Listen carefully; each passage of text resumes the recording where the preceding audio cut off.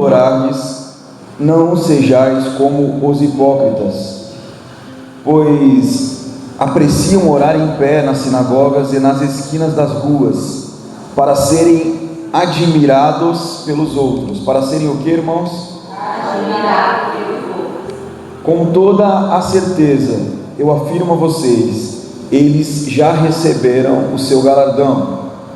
Tu, porém, quando orares, vai para o teu quarto, e após ter fechado a porta, orarás ao teu pai que está em secreto, e o teu pai que vê em secreto te recompensará plenamente.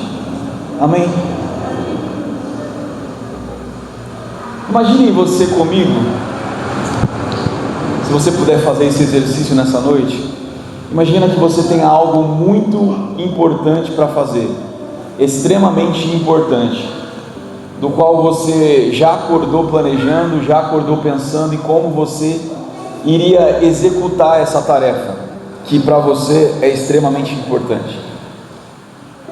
Pense você que qualquer circunstância do seu dia que pudesse de alguma forma impedir a execução da tua tarefa importante, te deixaria chateado, frustrado e até mesmo preocupado. Mas eu gostaria de começar essa mensagem dizendo para vocês, irmãos, hoje, cada um de nós fizemos algo extremamente importante e nem percebemos. Você entrou aqui nessa noite e eu digo para você, na sua vida hoje, no seu dia a dia, você fez algo extremamente importante, mas você nem se deu conta. E aí você talvez esteja se perguntando, mas o que eu fiz de tão importante que eu não percebi? Você respirou. E olha que interessante, você não pediu permissão para respirar, você não marcou o horário para respirar, e você não negociou se iria ou não respirar, sim ou não? Sim. Tem alguém aqui respirando? Ou tem alguém aqui que está com falta de ar, não está conseguindo respirar? Tem alguém assim? Por que respirar é uma coisa que você não pede permissão, é uma coisa que você não planeja e é uma coisa que você não percebe? Em primeiro lugar, porque respirar não é um evento. Respirar é uma necessidade vital de todo ser humano. Da mesma forma que respirar é uma necessidade vital de todo ser humano, a oração é também uma necessidade vital de cada um de nós.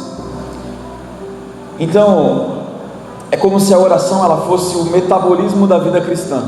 Sem oração é impossível termos relacionamento com Deus.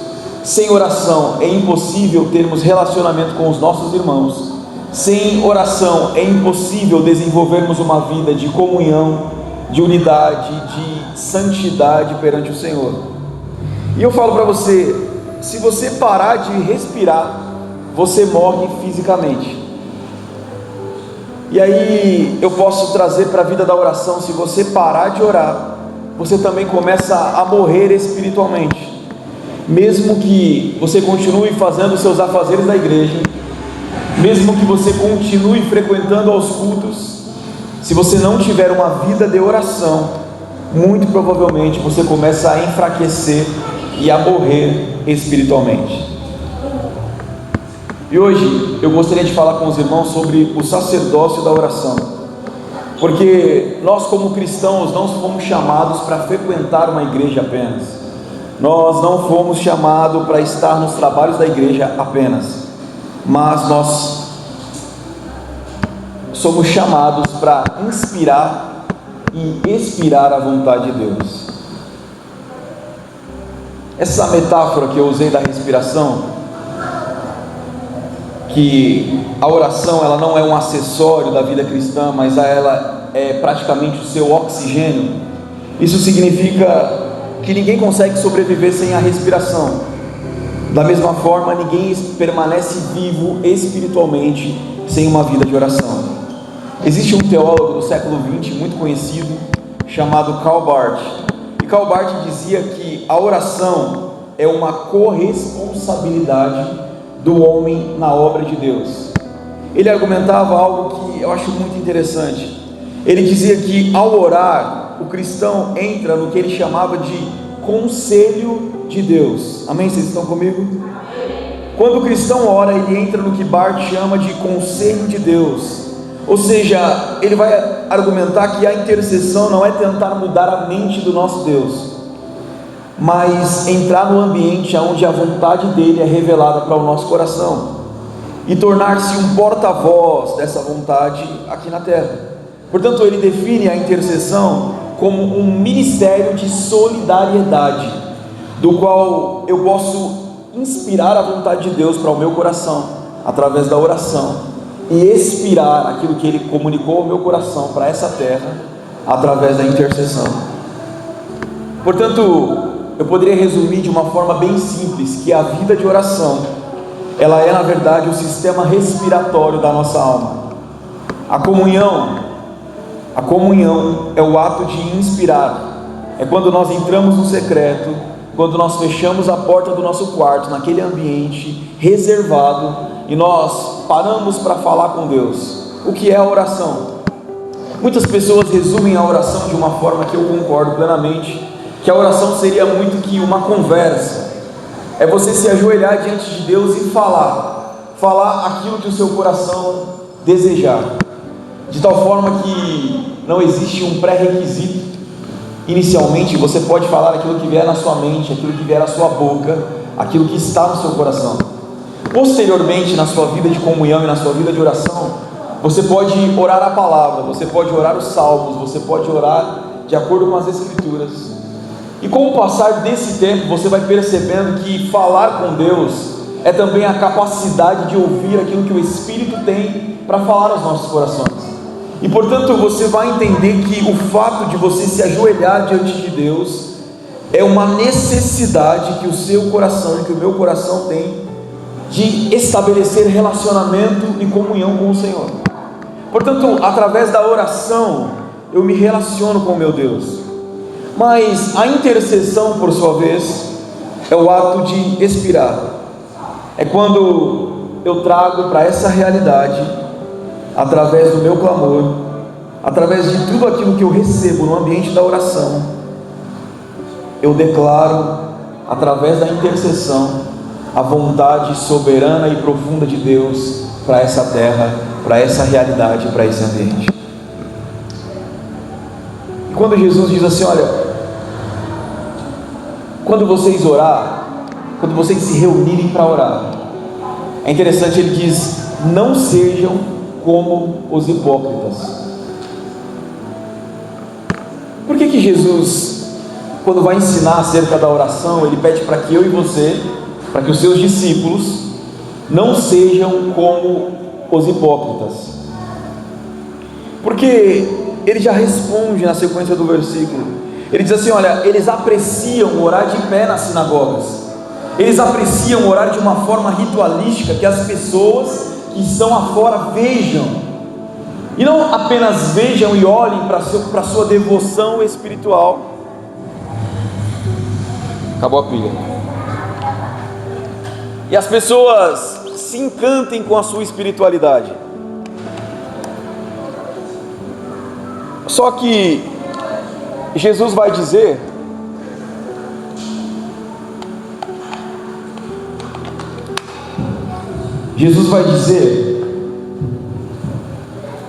que a intenção do coração dessas pessoas hipócritas de orarem nas ruas com o desejo de serem reconhecidas, de serem admiradas, Jesus diz assim, olha, o galardão de vocês já receberam, a recompensa que vocês desejam, vocês já receberam. E o que isso pode trazer para o nosso coração? Quando Jesus olha para os discípulos, para aqueles que caminham com Ele, vocês estão comigo? Amém? Ele vai dizer assim, olha, vocês não. Os hipócritas oram para serem vistos, os hipócritas oram para serem reconhecidos, mas vocês não. E aí Jesus vai chamar para um tema importante. Ele diz assim, olha, vocês porém, quando orares, entra no secreto, entra no teu quarto, fecha a porta. No secreto, irmãos, nós nos aproximamos da presença de Deus. No secreto nós paramos para falar com o nosso Senhor. E no secreto não tem palco, não tem espectadores, não tem performance religiosa, só tem você e a presença de Deus. Portanto, é no secreto, a palavra diz que nós vamos receber santidade, vamos conhecer a vontade do Pai, vamos entender as suas perspectivas e vamos receber para o nosso coração o descanso que provém de Deus. Então no secreto nós não performamos, no secreto é só um relacionamento de pai e filho, onde o pai abre o coração para o filho e é onde o filho em devoção abre o coração para o pai. Portanto, às vezes a gente se confunde porque a gente diz assim: olha, eu não sei orar. E muitas vezes aí eu me reúno com as minhas filhas antes de dormir às vezes, e a gente fala assim: olha, hoje a Luísa vai orar, e ela fala: mas eu não sei orar. Ou então a Alice vai orar, ela fala que não sabe. E a nossa resposta automaticamente é: não, mas a oração é uma conversa. Da mesma forma que você conversa com a gente, conversa com Deus. Só que a gente cria um ritual religioso na nossa cabeça que existe uma forma correta de fazer. E aí Jesus está dizendo: não tem uma performance correta. Tem um relacionamento de intimidade, onde você se reconhece como filho e o reconhece como pai. Então, quando você entra para a presença de Deus em oração, você inspira esse ar de santidade, de graça, de reconhecimento da vontade soberana de Deus, e traz tudo isso para dentro do teu coração. E aí, a partir do momento que você ora e se relaciona com Deus, o Espírito Santo te convida para um momento de intercessão. E a intercessão é, depois de inspirar tudo aquilo, depois de receber tudo aquilo da parte de Deus, o seu coração estará pronto para declarar a vontade de Deus para a nossa terra, para a nossa realidade e para a nossa existência. Portanto, a intercessão é a capacidade que o Espírito Santo nos dá de liberar na terra aquilo que nós recebemos de Deus da parte do céu. A oração é o gênero, a intercessão é a espécie. Toda intercessão é oração. Você pode repetir isso comigo? Toda intercessão é oração, mas nem toda oração é intercessão. Amém? Amém. Toda intercessão é oração, mas nem toda oração é intercessão. Jesus está falando de um lugar de autenticidade. Qual é o lugar de autenticidade? O lugar onde você pode ser você mesmo. Porque a gente se relaciona com Deus de uma forma que nós somos alguém na igreja, e aí nós podemos ser nós mesmos na nossa intimidade, na nossa casa, de tal forma que aqui eu vou viver a minha performance religiosa, e na minha casa eu vou ser quem eu sou, e as pessoas que convivem comigo que me aguentem.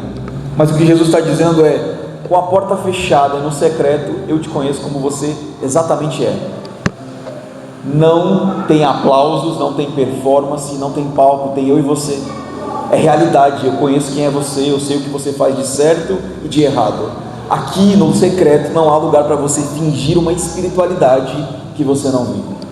Portanto, o lugar da autenticidade, o lugar da porta fechada, ele nos revela um problema. E qual é o problema?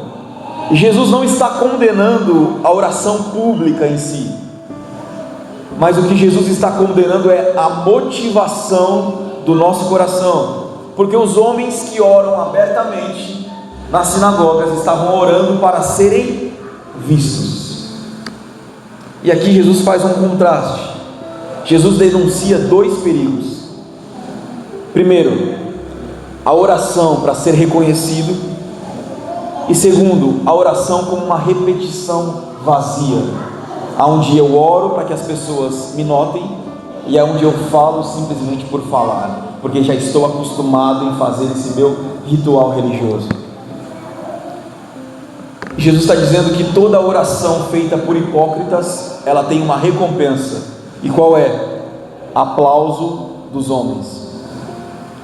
A palavra hipócrita no grego aqui, ela faz uma referência aos atores que usavam máscaras.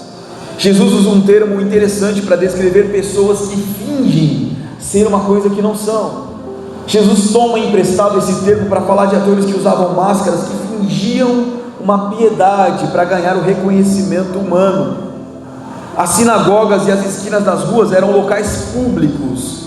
Orar ali era o motivo deles para serem vistos em uma demonstração de ostentação espiritual, para que as pessoas se aproximassem dele e dissessem: nossa, olha como é fervoroso esse irmão, olha como ele ora, olha as palavras que ele fala, olha o fervor que ele tem na oração. E Jesus está dizendo assim: para mim isso não vale absolutamente nada.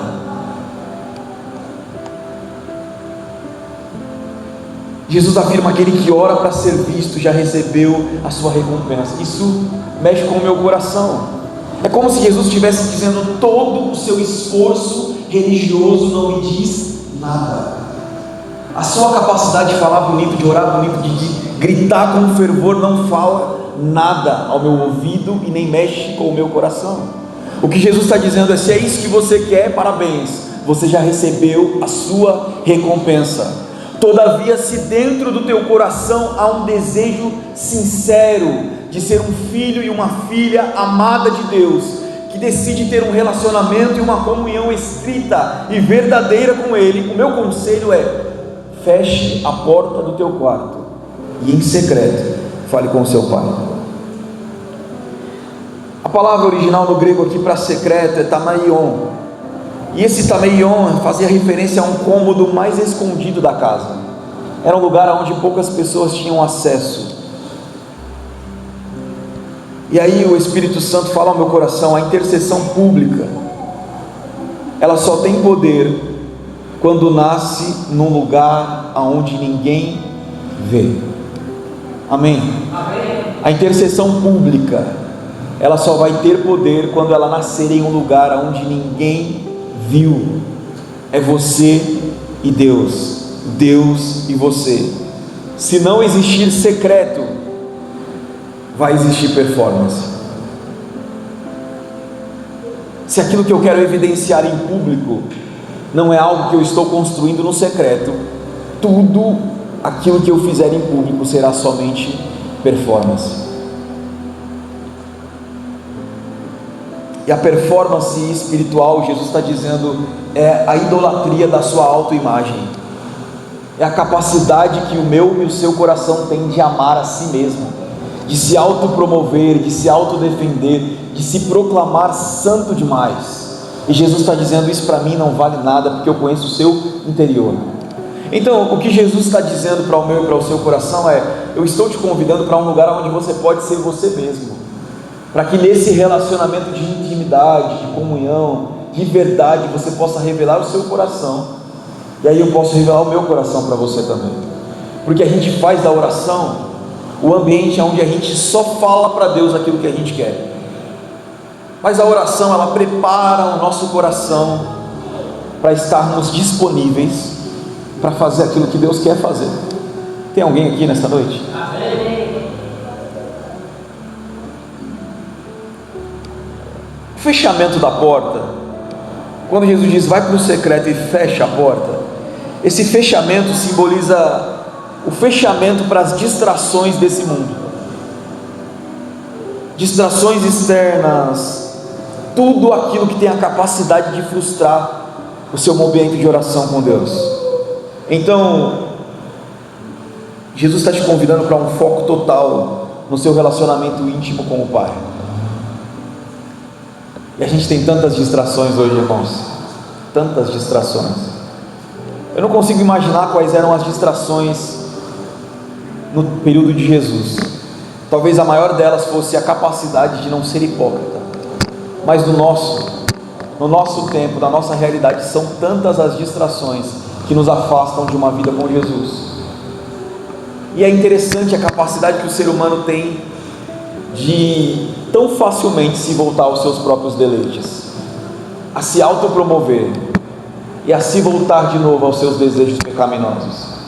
A palavra nos alerta porque há dentro do nosso coração um ídolo que faz com que a gente ame mais as coisas desse mundo, mais as coisas que nos dão prazeres, do que a presença eterna de Cristo Jesus. Ontem eu estava no trabalho, e é interessante como uma conversa simples começa a levar qualquer ser humano para um lugar de autopromoção. E você percebe como as sutilezas do mundo têm a capacidade de revelar o ego do ser humano. Eu estava numa conversa com algumas pessoas, Depois a conversa começou a tomar um rumo onde eu não me cabia mais. E aí eu estava naquele ambiente de querer sair dali, mas não podia. E eu vi que o pessoal começou a falar besteira, falar bobeira e falar coisas que não agregam nada para o reino de Deus. Começaram a contar experiências pecaminosas, louvando aquelas atitudes. E aí você percebe que, por mais que o ser humano saiba que tudo que ele está declarando como bom é errado, alguma coisa no coração dele faz com que ele celebre aquilo como uma virtude. E o que Jesus está falando essa é a capacidade que nós temos de olhar para aquilo que a gente fez de certo ou de errado e celebrar como se fosse uma virtude superior ao nosso relacionamento com Deus. Porque o nosso relacionamento com Jesus é o lugar onde Cristo Jesus molda a nossa imagem, a imagem dele. Quando quando Jesus fala ao teu Pai que está em oculto, Ele está dizendo assim: olha, o teu Pai está presente no secreto, onde a motivação sincera é o que conta. Aqui, irmãos, eu posso fazer qualquer tipo de oração e você pode ficar impressionado, mas no secreto, Deus sabe exatamente o que eu preciso, Deus sabe exatamente quem eu sou e quem eu falho em ser todos os dias. Então, no secreto, a única coisa que importa para Deus é se há sinceridade nas minhas palavras, porque em público eu posso ser quem eu quiser, mas no secreto eu não consigo me esconder de Deus. Aliás, eu não consigo em lugar nenhum. Mas durante a performance, eu acredito que, pelo fato das pessoas me verem de uma forma que eu sou alguém religioso, eu acredito que com Deus está sendo a mesma coisa.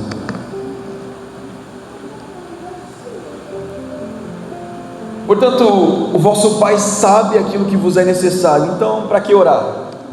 Quem estava aqui há 2 semanas atrás, para que orar então? Se Jesus já sabe o que eu preciso. Para que, irmãos? Quem se arrisca? Calma, gente, vamos devagar, cada um fala um de cada vez. Por que eu oro?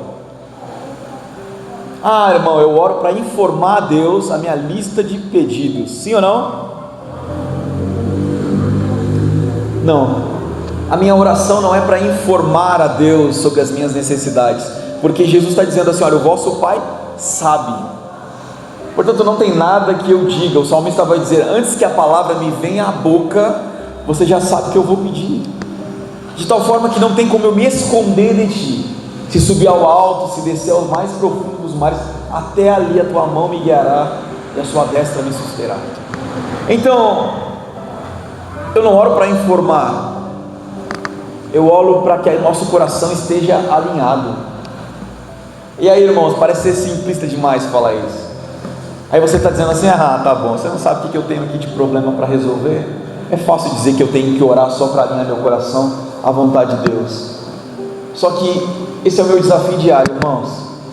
Por exemplo, eu coloquei no meu coração que esse ano de 2026 vai ser um ano onde eu vou me envolver demais com a leitura de livros que eu gosto muito de ler e da palavra. Hoje no trabalho foi bem corrido, mas eu tive meu tempo ali de tirar minha leitura bíblica. Eu estava lendo o Evangelho de João. Eu sou apaixonado pelo Evangelho de João, e é interessante você ver ali João Batista vivendo a sua missão. Isso mexe com o meu coração.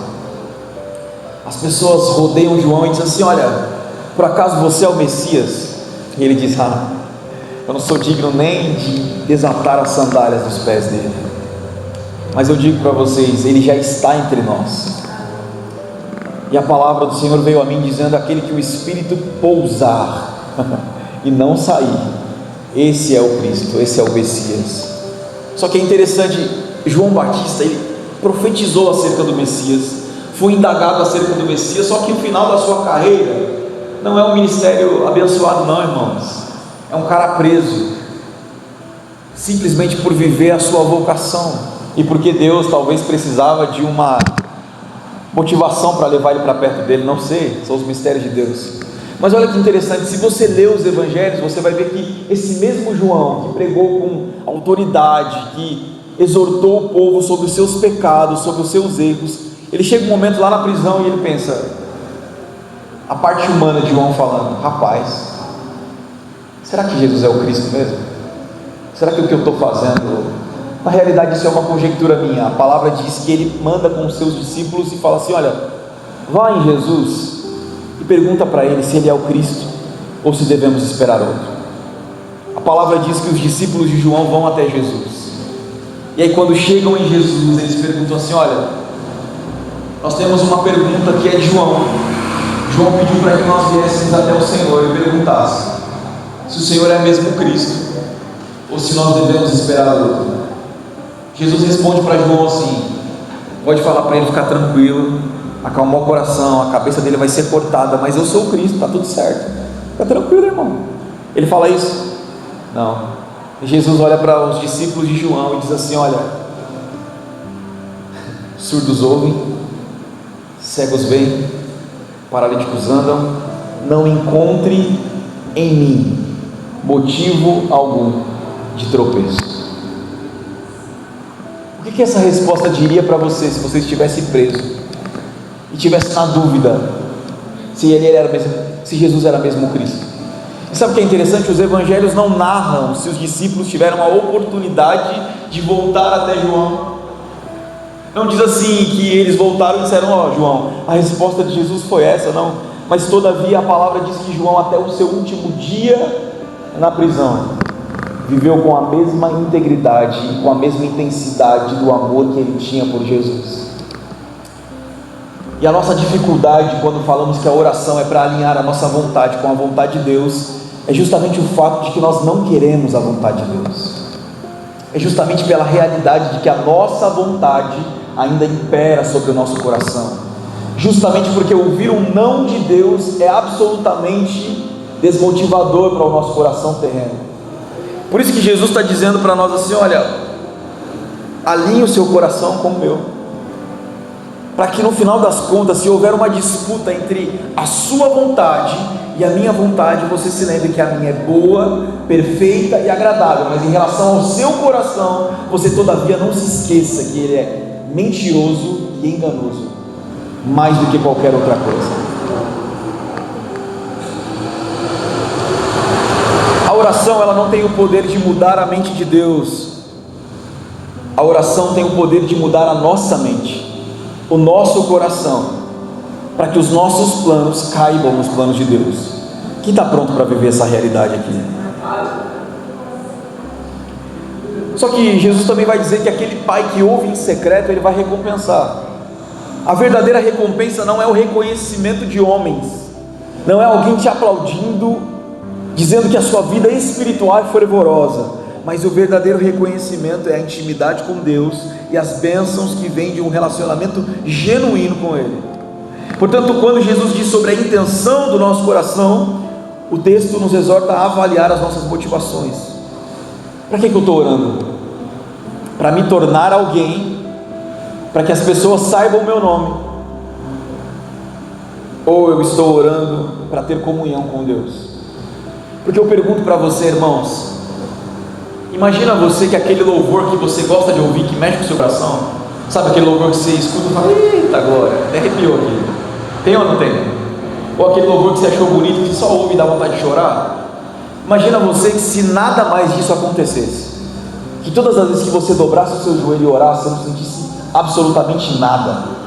Imagina você que todas as vezes que você escutasse o seu louvor favorito, nada acontecesse, que você ficasse pensando: meu Deus, eu queria ouvir tua voz, e Deus nunca te falasse nada.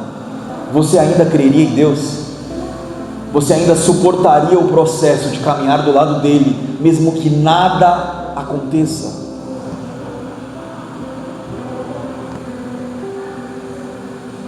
O ambiente do secreto também nos convida à simplicidade.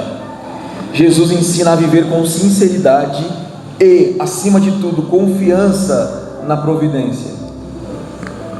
Essa sinceridade é o entendimento de que a recompensa verdadeira, ela parte do princípio de que uma relação com Deus é mais importante do que aquilo que meu coração deseja. O texto exorta a avaliarmos o nosso coração. Portanto, para encerrar, eu vou correr aqui e eu já encerro. A soberania de Deus, ela nos convida para participar dos seus planos. Imagina comigo você, que Deus está lá, não sei aonde, talvez lá no seu trono, no céu, aonde Ele quiser estar. E aí Ele diz assim: olha, eu vou lá na remanescente, eu vou escolher alguém para participar dos meus planos. Porque Deus pode fazer absolutamente tudo o que Ele quiser fazer sem nós, sim ou não? Pode ou não pode, irmãos? Deus pode fazer o que Ele quiser e Ele não precisa de mim nem de você para nada. Mas olha que privilégio, Ele escolhe cada um de nós para participar dos seus planos. Portanto, a nossa oração diariamente deveria ser: Senhor, eu preciso disso, eu preciso daquilo. Não, deveria ser: Senhor, no que eu posso ser útil para o seu reino hoje? Como que eu posso servir o Senhor com devoção, com amor, de tal forma que o teu nome seja glorificado, de que a tua presença seja reconhecida, de que o seu Filho seja glorificado na minha vida? Deus não precisa da nossa oração, mas Ele decidiu agir através dela. Portanto, talvez Deus te colocou numa fila de hospital para que a oração seja o manifestar de Deus naquele lugar. E talvez Deus te colocou para trabalhar num lugar que você não está mais feliz, para que lá seja a realidade da oração onde Ele vai se manifestar. Isso não diminui a soberania de Deus, mas isso revela a graça relacional, a capacidade que Ele tem de transformar as relações usando a mim e a você. Deus poderia agir sozinho?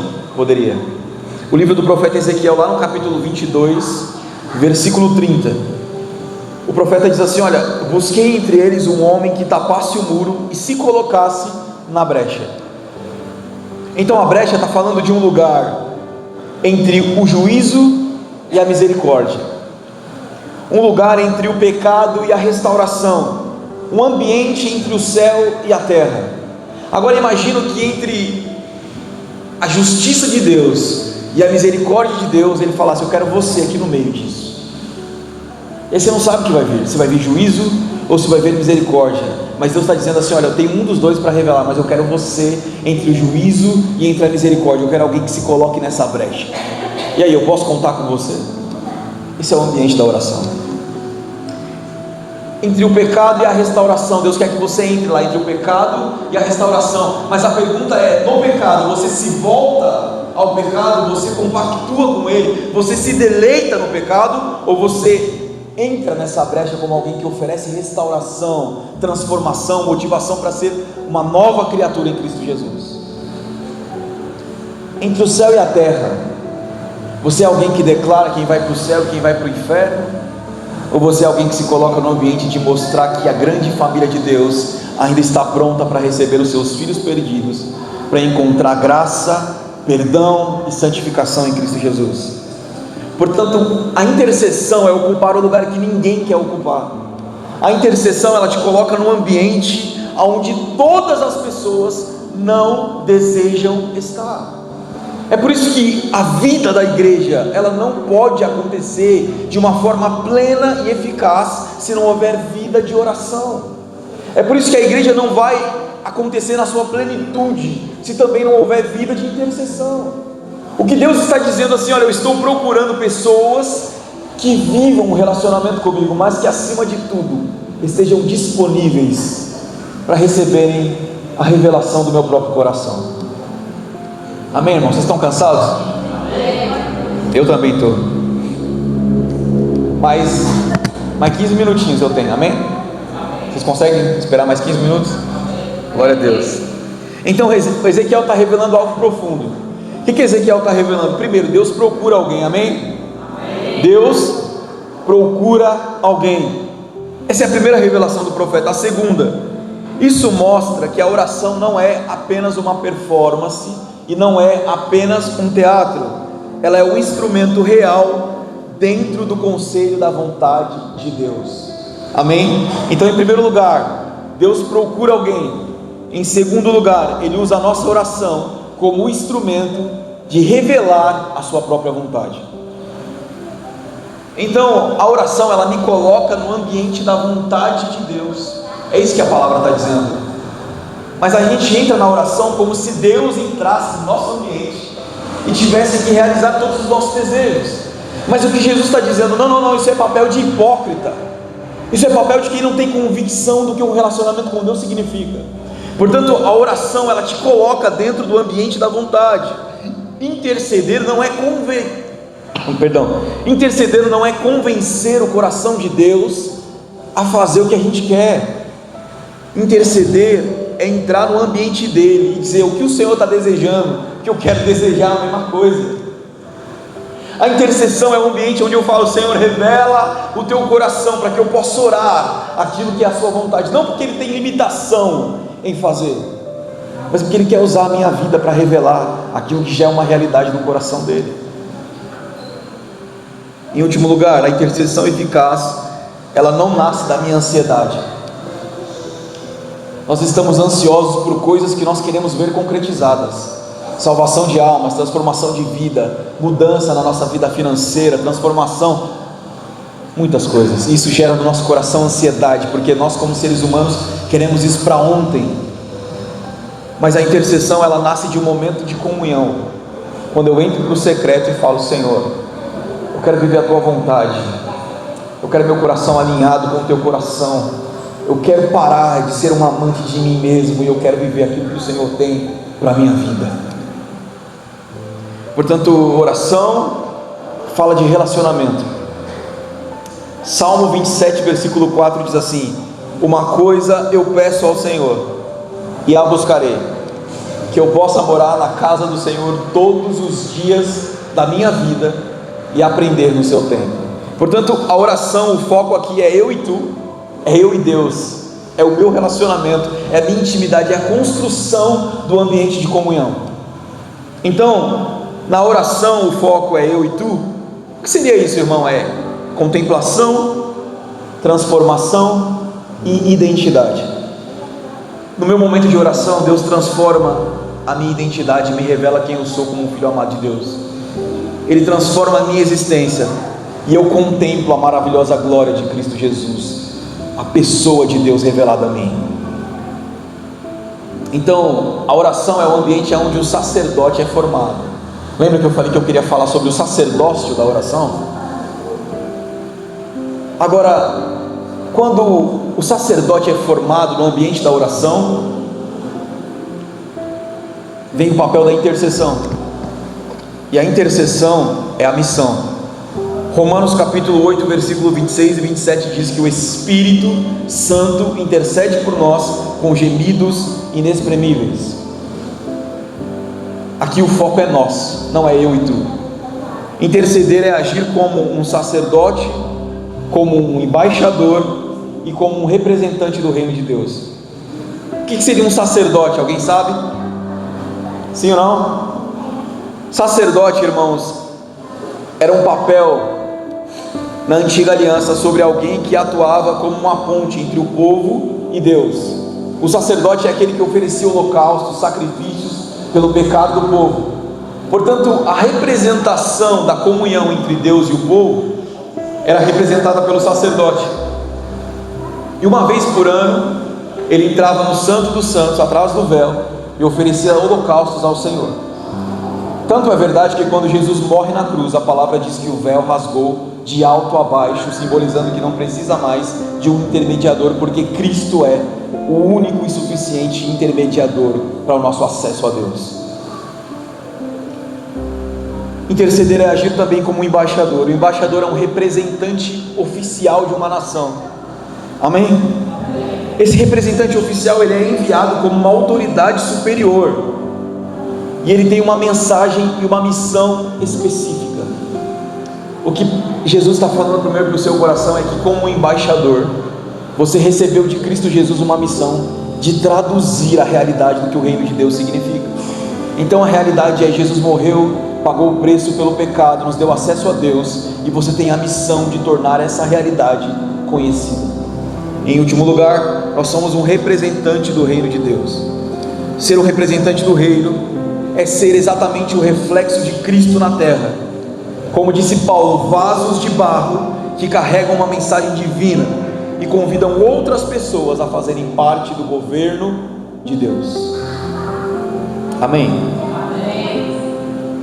A oração, qual que é o foco da oração? Relacionamento. O foco da nossa oração, relacionamento. A oração sustenta o eu e o tu. É onde nós somos transformados. E qual que é o foco da intercessão? A missão. É o exercício do nós. É o cristão atuando como embaixador e sacerdote nesse mundo. Romanos 8, do 26 ao 27, o Espírito Santo nos ajuda. E quando Ele nos ajuda, é para que a vontade de Deus atue em nós, quando nós não sabemos, diz a palavra, pedir como convém. Então, esse ambiente do relacionamento e da intercessão é quando o cristão deixa de ser um consumidor de bênção e passa a se tornar o canal da bênção. Amém? Então a gente para de consumir e a gente é o lugar onde a bênção de Deus passa. Isso significa que canal de bênção é como ser um instrumento de Deus, onde eu transmito amor, graça, generosidade e esperança ao meu próximo. Significa não apenas receber as bênçãos de Deus, mas recebendo, ter a capacidade de compartilhar. Então, nesse ambiente eu deixo de ser, por exemplo, uma represa, que a represa ela recebe a água e ela retém. Mas um rio, por exemplo, ele recebe água e ele flui. A palavra diz que nós somos como um rio e não como represa. Portanto, a bênção de Deus é para que outras pessoas possam ser alcançadas. Então, que o nosso coração seja transformado hoje para deixarmos de ser consumidores, para passarmos a ser canal de bênção na vida de outras pessoas.